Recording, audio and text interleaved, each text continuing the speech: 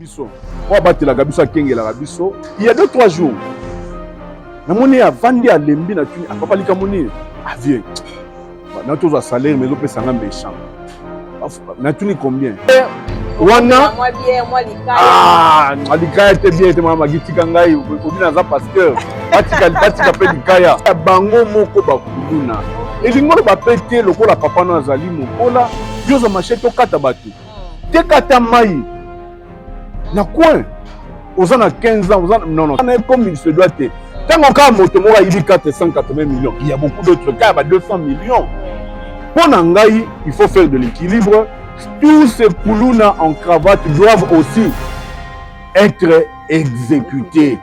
Le jour où on a exécuté Bakoulouna, on a exécuté Bakoulouna en cravate, je veux dire, les ministres, les enseignants, les détourneurs, bobangi ya mibeko ekosala ete na ngonga moke mboka na biso ebanda kozwa ascenseur ta makambo eza koleka.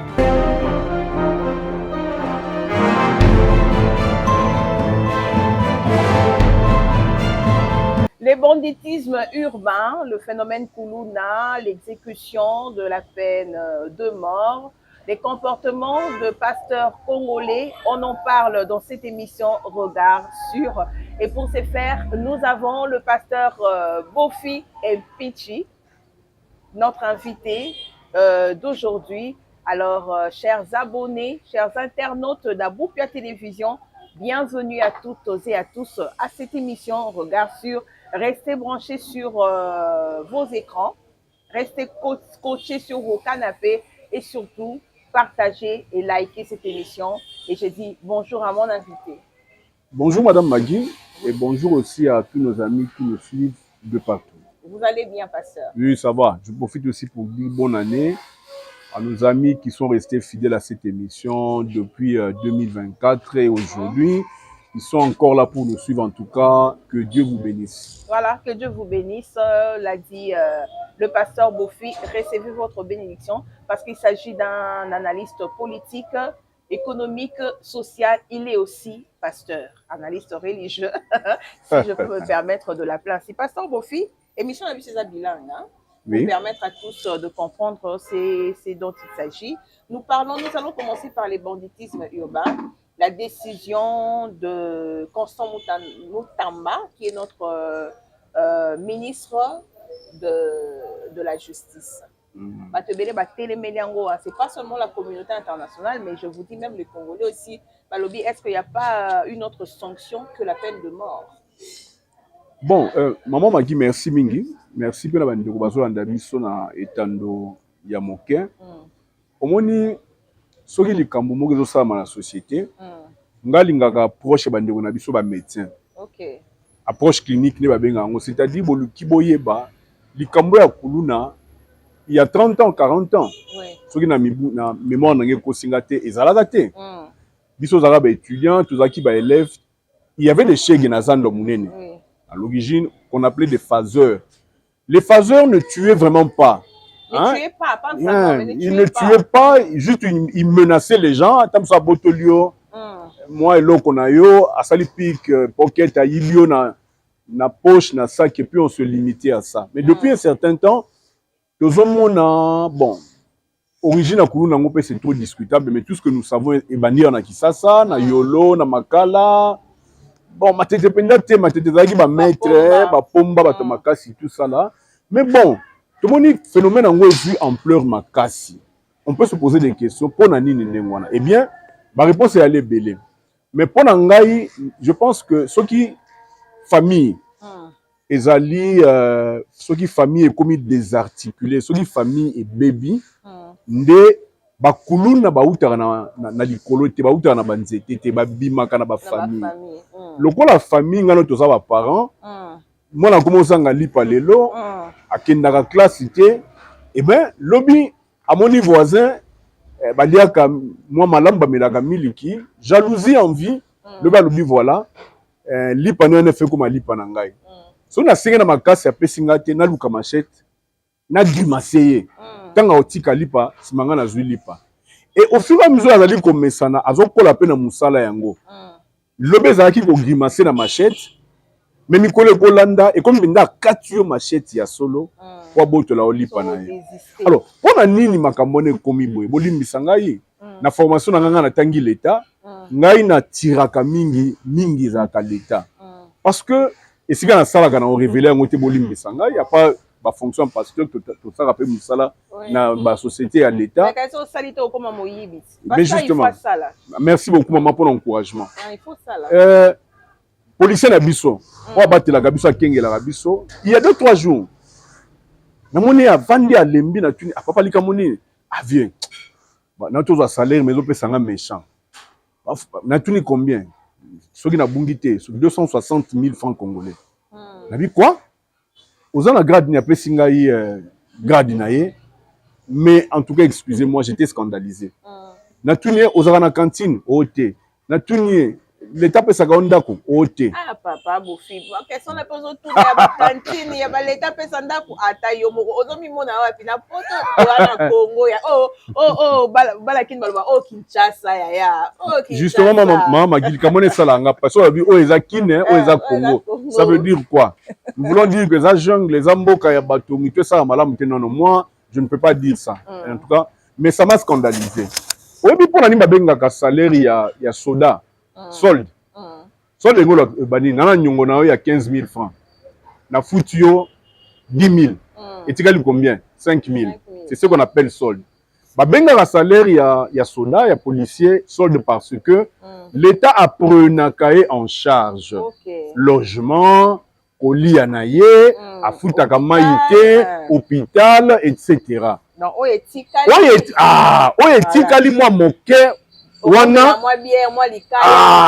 likaya ete bien ete mama gitika ngai obina za pasteur batika pe likaya moi jus ndekona kotala yo moi crédit c'est ça le solde na soki kaka basoda te ozwi fonction publique ozwi lifuti oyo bato bazofutama nakumisi kulutu pe professeur na ngai Jacques Joly alobi on doit s'arrêter au Congo tosala une conférence sur les rémunérations, les salaires bafuta bato na Congo ya. Ça s'appelle injustice sociale, ça n'a pas un autre nom. Justement, dans l'analyse nangai, bato o l'été sengela tcha mabonko, les enseignants etc. Bazo futa mamala mouté. Enseignant na boyepe alobi babina remplir ma belle, azo remplir ma belle ngo azana 3 enfants, azana 15 enfants avec salaire ya 270 francs congolais. Bana bazo liate, bazo melate, lobi ba nini babimi libanda, bakomi bakuluna. Mais moi je ne peux pas aussi encourager ça. Donc on peut dire que la cause de ces banditismes urbains, c'est l'État. Ezali l'État oui, ezali pe famille, ezali pe ba papa, biso ba boti. Et le monde battait le coin nazali pauvre, voilà. Le coin nazaka na mbongo ebelete, voilà. Na peine de dignité na ngai merci à moboti. Responsabilité. Moi nanga bimagala taki lamba ya ngola rouge, azongi na lamba ya mwindu nazo tuna pe motuna te.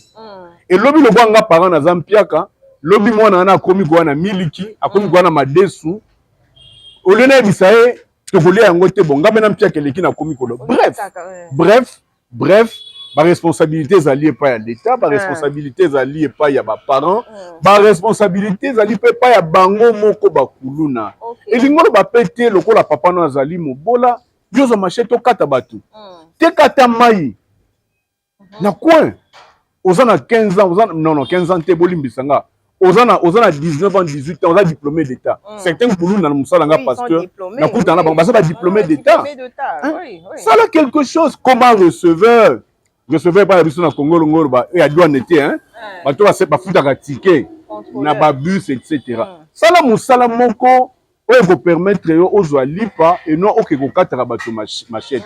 Voilà un peu si on peut circonscrire le phénomène kuluna to pe sitina na yango. Maintenant si tu permets na micro na yo ndenge nini sika to koki ko éradiquer to koki ko bundisa to koki ko silisa phénomène o ya mabe eza lokola maladie moko ezo bebisa lokola cancer ezo bebisa société na biso to sala ndenge nini po ete kuluna o esila c'est ça la question ngana lobi encore une fois la responsabilité est collective biso banso mais pour une fois ngana tangi l'état ngana ko attaquer kaka mingi na l'état pour yaza na part à terre 70 ou 80% il y a responsabilité.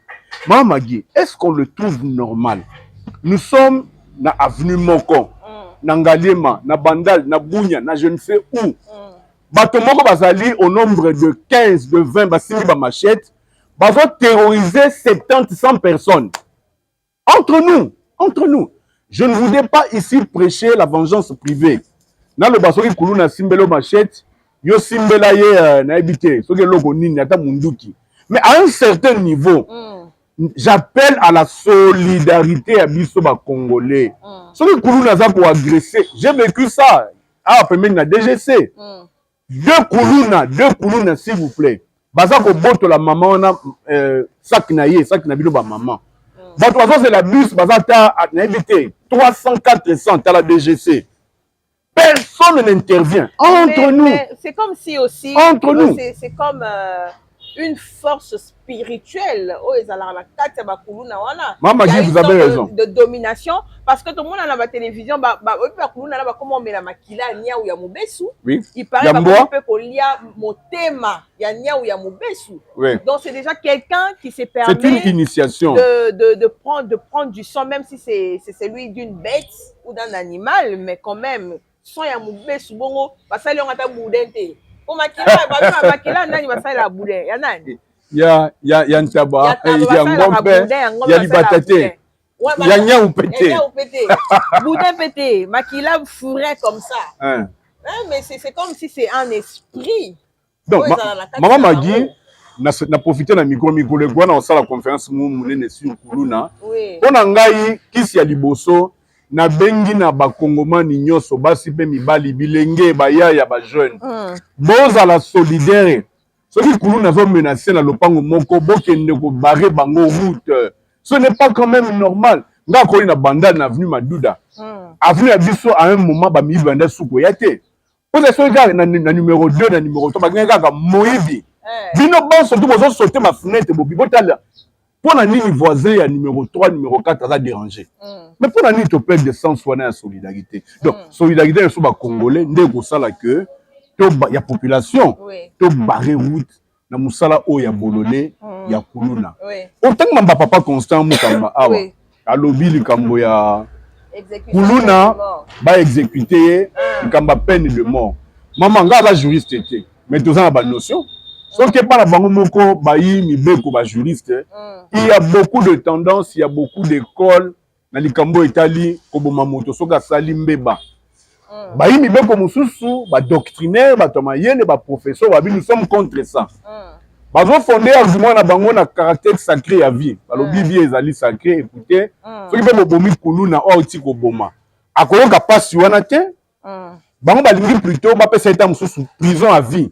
Vie na mobimba azalaka na boloko bokomisi même comment on appelle main d'œuvre botinda ke kosa bilanga bofutaka mbongo te et comme le quoi punition na ye pe ba yini ko musu balobi non oya bomi il faut boma pas bomama ba boma ye mais voilà il y a cas flagrance ba kuluna la bazo sala il y a cas quand tu exécutes quelqu'un parce que déjà deux journalistes à Koufi moko na Kinshasa maman na biso ya tension na comme sous na Lubumbashi je vous informe oh là là ba kuluna ba bomi et voilà cas il y a flagrance je peux me permettre de dire ça ouais non dans tous les cas tant basala ka mibeko oye komami na mibeko donc soki l'état congolais lobi écouter tozongi si peine de mort tozongi si peine capitale Kuluna obomi moto babomi yo moi personnellement je ne vois pas de mal c'est une option de droit au l'état na biso au législation na biso akoki kozwa alors mais d'autre part est-ce que tolingi tozala équilibré naokaki ndeko moko azoloba existence ya bakuluna oyo ntango mosusu ezali parce que misolo ya l'état moto moko mama nga na kamwe naza quand même na mbula ebele lelo depuis nga na botoma nao nayoka te moto moko ayibi 480 millions de dollars bon na droit baza na basubtilité bangi tobenga yango vol te bangi tobenga yango détournement ngo loba nini bamisi mboko tosomba biki bino bosombi biki te bosombi crayon bosombi lopango na yo bon je ne suis pas dans ce débat il y a droit Tika na benga ngo moyibi po bandeko bazolanda biso ba comprendre na ça. Na lingala ya moyibi. Détournement ya lingala ezani. Ezale be moyibi nanu nga na yoka te mama Magi ministre moko ka moko. Aibi 480 millions de dollars. Tout le monde en voit. Et puis ministre ngo tilela tambolaka. Balong na otanga kombo na été mais batu bayebi. Akenda ba poto autaki na ministère X, le laza na ministère Y. Mais dites-moi 480 millions de dollars maman Magi. Bakotia courant na Kisasa mobimba. Parce qu'il faut aussi faire ce qu'on appelle la prophylaxie criminelle, c'est-à-dire pour Kuluna a opéré à l'Inga place au Moli les alliés, on peut faire la prévention. Oui. Donc tu vas mine partout, na Boutou, et qu'on empêcher Kuluna à Salamoussana comme il se doit être. Tant qu'on a motomo il dit 480 millions, il y a beaucoup d'autres cas, il y a 200 millions. Oui. Pour Nangaï, il faut faire de l'équilibre. Tous ces Kuluna en cravate doivent aussi être exécutés. Et je vous dis, qu'au banga ya l'État, biso ba sur la classe, l'État a l'île Léviathan. Léviathan est un monstre marin. L'État, l'État na makasi, azalité. Mais biso dans un mboka oyo, Kuluna, détourneur, a comme il faut l'État na makasi. Non, ça peut plus continuer à marcher comme ça. L'État, Léviathan, abima na pongi na ye, asala ete, moto na moto, azwa mbano ya misala na ye malamu, to misala mabe, asalaka engebene na mibeko.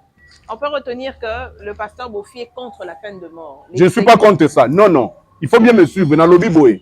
Si c'est une option que le gouvernement congolais a joué, que tu vas négocier la peine de mort, oui. Moi je suis derrière ça. D'accord. Pour nous, na bomi, basa l'arbitralité.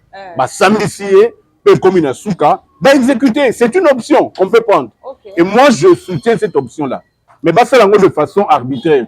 Ok. Voilà. Et Woman Rights Watch a télémélibiso. Il y a Maman Magi. La justice congolaise veut agir. Maman ou encore Magi. l'État congolais veut agir. Maman Magi.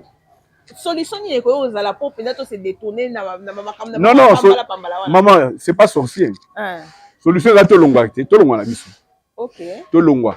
Parce que quand on a derrière na ba statut na bango na baimi batamayele balobaka bozali ko aliéner une partie à souveraineté na bino. OK.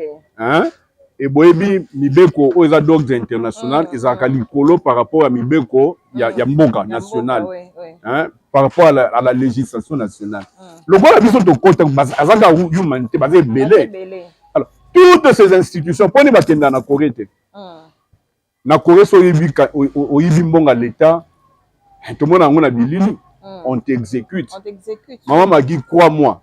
Le jour où on a exécuté Bakuluna, banda ko exécuter Bakuluna en cravate, je veux dire les ministres, les enseignants, les détourneurs, bobangi ya mibeko, et ko sala ete na ngonga moke, mboka na biso banda kozwa ascenseur. Tama kambeza ko leka. Babilisi mbongo botonga balabala 3 km, 5 km, 10 km. Bosali biso kushi ya awa. Après 2 ans, balabala ngwe bébé. On fait du sous-place parce que justement, mibeko eza ko sévérité.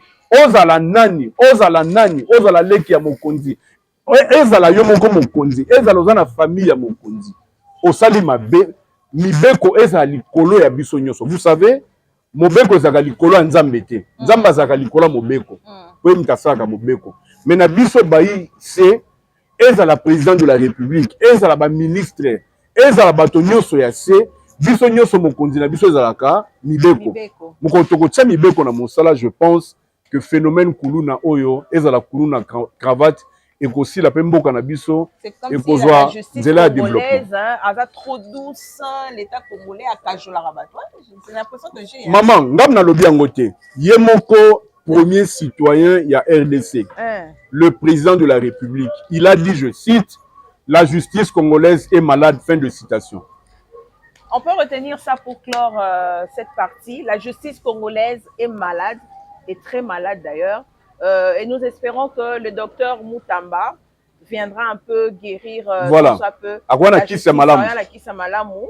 Tomeki ba médecin ebele ba luzolo bambi bazalaki wana ba tambwe ministre. Beaucoup de ministres sont passés, beaucoup de médecins sont passés. La justice n'a jamais été guérie. On espère qu'avec le médecin Moutamba, on aura une justice en bonne santé, en pleine forme. Toloba sujet à ma pasteur. Pasteur Bofi, ma pasteur va scandaliser Bissot trop. Ils ont en fait. Mais je suis mal à l'aise, maman Magui. Ils sont à l'aise.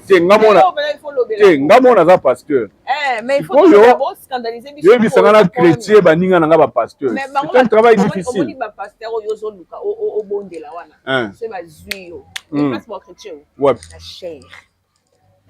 Ah, bon, Nazabe journaliste, hein, je l'ai dit aux amis. Voilà. Ngabe Nazara journaliste. Ndela tangisanga musala oya ki journalisme, médias, presse, et la gesika baga au régler la conflit. En tout cas, pour peu que je sache, je parle en toute humilité. Oui. Je crois que Patrick Mouyaya a contredire Ngate. Tu veux que la musala ngo pe isika moko na CBS. La CBS. Avant ya kende na mboka ngoni na ifasik ake suko kolisa bongo na na mayele. Nde batangisaka biso yango wana na ICA. Justice ya kaisika ko pardon, télévision, radio, bref, la presse en général. Aza on a été pour na ko régler ba conflit. Ce qui pasteur azo matana cher a réglé ba conflit, des règles la prédication. En tout cas, je plains ce pasteur. Je le plains. On a un problème, il y a éthique. Ça ne peut pas se passer comme ça. Mais si vous permettez Tozonga, yo lobi ba pasteur baza ko scandaliser ba tout. Maman Magui, il faut faire très attention.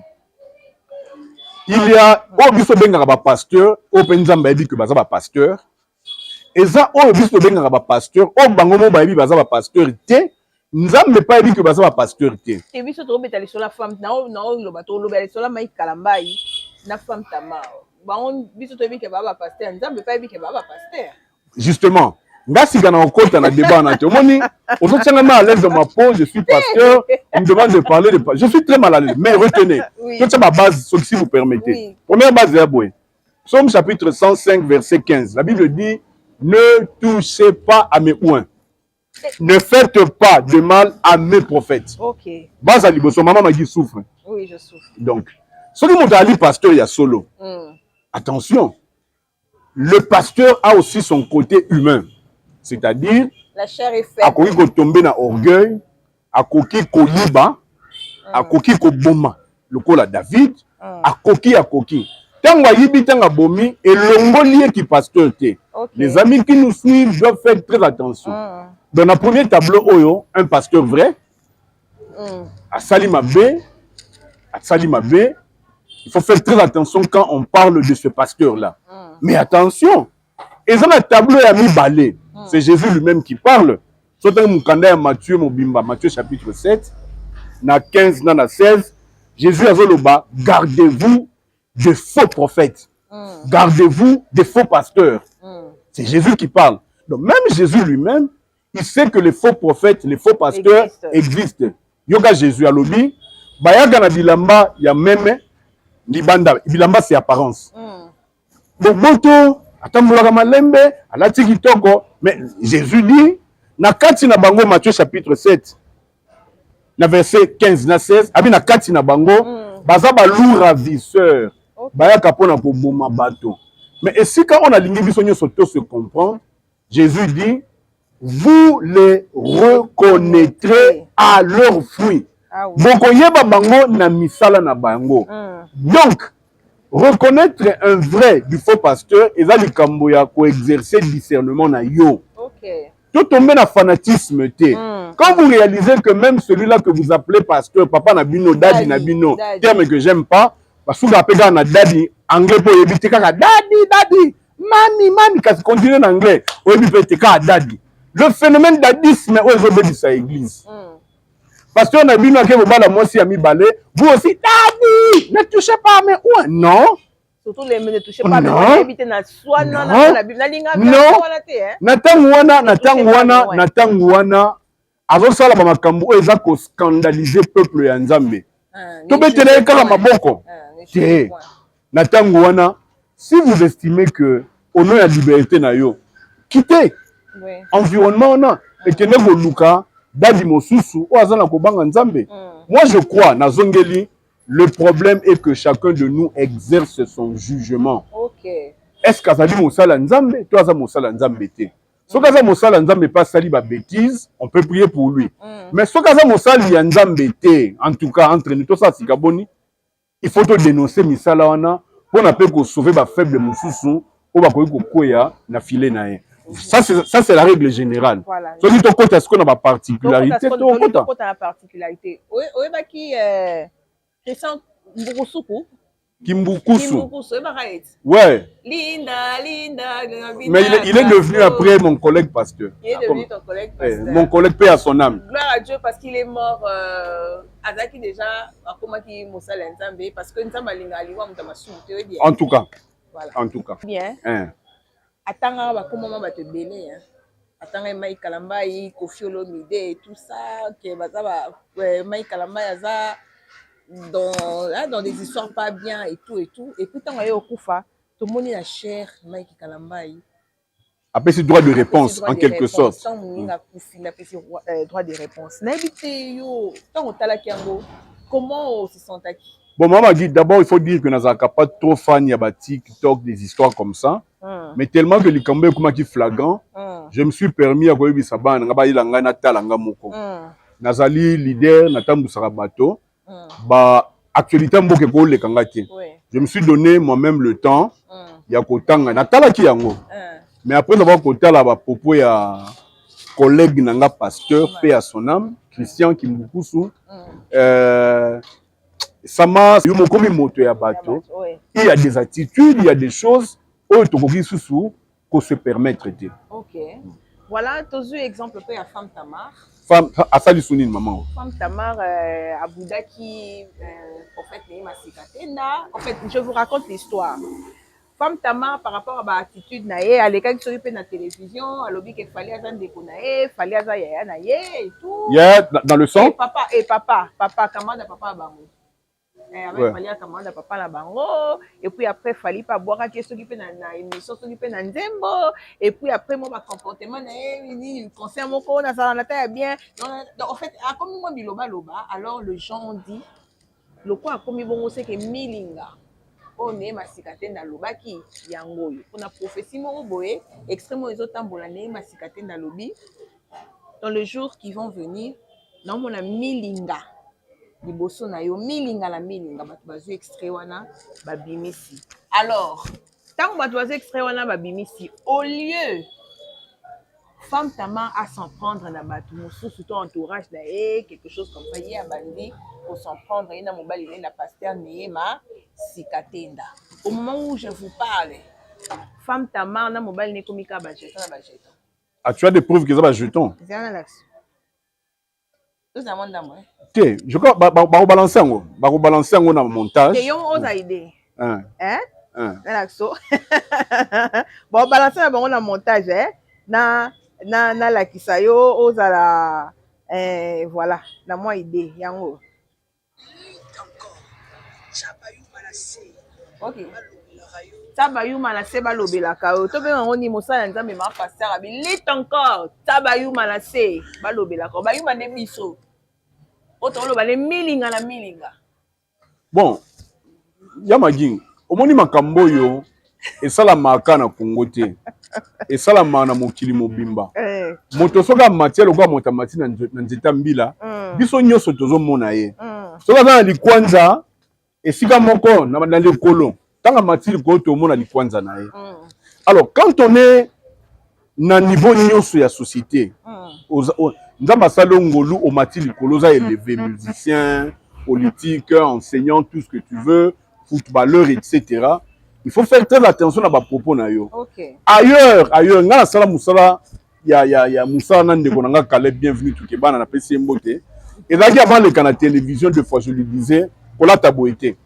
La taboé. Même l'habillement c'est une communication. Koloba boité. Oui. Loba boé. Même le geste tout. Quand wana azaki na polémique neto bana kisasa na kulutu na muyombe gauche je lui disais so va tenir aux questions pour na likamona kulutu na ko répondre na ngote ki ma question. Le problème aussi c'est ça. Les lois avec phénomène réseaux sociaux, phénomène démocratisation à outrance, il y a des médias, les gens se permettent de dire n'importe quoi, de faire n'importe quoi. Biso ba sali ya nzambe, biso ba to tombwa na dignité. quand nous passons dans les médias, tout ça, là, très attention. Oui. Ça, le jugement à valeur sur maman Tamar, tes femmes Tamar, moi, mon problème, je veux parler de biso ban surtout sur les qui dans les médias, il faut faire très attention au langage. Bon, na façon na le baka, nzambe ba petit bango ba ye, ça langage na ye. Moi, mon problème, c'est pas son langage, c'est sa façon de communiquer. Il n'y a pas de problème à niveau ana. Mais problème, si c'est établi qu'il y a des jetons, qu'il y a, non. Là, ce n'est pas bon. Encore que, même si on gagne la justice, on ne peut pas dire que jeton Oyo, à boire X, jeton Oyo, ce sont des occurrences comme on dit. Donc, Tolinga n'a pas si en général, tangu toleki na ba média, biso bato nzamba sala ngolu batanga kombo na yo, toyeba nini tokoloba, nini tokoloba te, nini tokosala, nini tokosala te, quel geste prendre, quel geste ne pas prendre. Makambo o nyoso ekosala ete to scandaliser bato balanda biso te. Parce que ce n'est pas bien qu'un homme de Dieu, un pasteur, a scandalisé bateau. On est éducateur, on est prédicateur, on est modèle et nous devons faire très attention. Voilà, Pasteur Bouffi, nous sommes arrivés à la fin de cette émission. Ah, et si déjà, c'est pas possible. Oh là là. Et si, Maravagito et Oumelate. Et Oumelate. Toro Bandela, Toro continue l'émission Oyo, volume 2 Nango Ezali. Toro s'apaisantir vraiment sur le comportement des hommes de Dieu. Parce qu'ils appellent parmi le signe annonciateur du temps de la fin, il y aura la dégradation de comportement. Il y aura, ils seront orgueilleux, amis d'argent, amis des désirs de la chair, tout ça. Nous allons en parler. Nous sommes à la fin de cette émission. Peut-être un mot. Bon, Liloba Souka n'a pas si Tolina Batonio surtout. Au baza élevé en dignité. Aux alobé takabale, aux aloté malobanzambe surtout na biso bato saka ba misalo eza sacré. Tant que toujours les canaux télévision, biso ba misuso toujours ngolu na ekola télévision, na ekola radio, na ekola journal. Obi nazaka na ndako komana ba journaux ngai. Nazaki ko sa ba éditori ba j'étais éditorialiste etc. Donc na sengi na bande ko na biso ban surtout. Quand vous passez à la télévision, tu baka ete télévision et koki ko tombola yo, télévision et koki ko koisa yo, zala na boanya, zala na, il faut savoir réduire les angles comme on dit. Il faut comprendre que parmi ceux qui me suivent, misu ba lekinga mayele, ba lekinga na spiritualité, ba lekinga na ki pasteur, naza na moi bo, moi humilité moke, yango ko permettre biso ete tant que tu ko communiquer, to communiquer ndenge esengeli, pe mingi c'est la fin de cette émission. Sur ces plateaux, nous avons reçu le journaliste, l'analyste politique, le pasteur, l'analyste social, culturel, tout ce que vous voulez, le pasteur Didier Bouffi et Pichi. Madame, monsieur, merci. Nous avons réalisé cette émission grâce à Christian Monté, que je vous remercie. On va se voir prochainement. Si Jésus-Christ ne revient pas, bien sûr, je vous porte dans mon cœur. Je l'ai dit toujours, c'est un petit cœur, mais il y a de la place pour toutes les personnes qui m'aiment. Commentez, partagez, likez et surtout, abonnez-vous et faites abonner le membre de votre famille ou encore votre entourage. Bisous et à la prochaine.